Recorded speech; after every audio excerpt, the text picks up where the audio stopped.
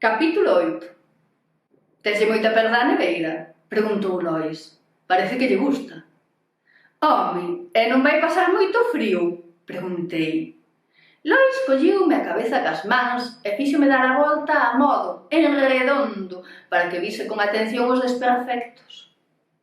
Si, tes razón, que se fastidie, dixen facendo un medio corte de mangas. Ademais, en canto a desenchufes, xa se atempera, dixo Lois. E conforme o dicía, mirámonos a un tempo e a un tempo dixemos: e que ben enchufou? A min dábame que o demo sabía máis do que lle calculábamos, pero Lois non lle dou importancia, endereitou as cadeiras e púxose a escribir no ordenador. Nin pota nin neveira, non, moi frouxo. Nin neveira, nin... non ten gancho. Nin... tampouco ten que comezar por nin.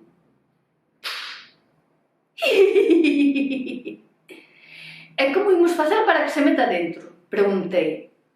Para iso é conxuro, respondiu moi seco, case enfadado, diría, pola interrupción do seu momento creativo.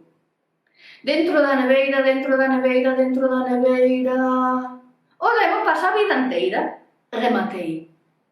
Non, rima pero non ten sentido, desbotou. A neveira branca o demo espanta, ocorreuseme. Pero se é gris, berrou Lois sinalando a neveira. Ademais, ten que servir para encasquetarlle o demo a alguén. Lambón, lambonciño, quedas co trasniño? Saiu sen pensar. Sí, berrou Lois emocionado. Baixei correndo á tenda de serigrafías que había rúa abaixo a facer un imán xeitoso para poñelo na porta da neveira. Meter o demo dentro requeriunos máis calma. Unha vez pegamos o imán á porta, deixou de abrir e pechar.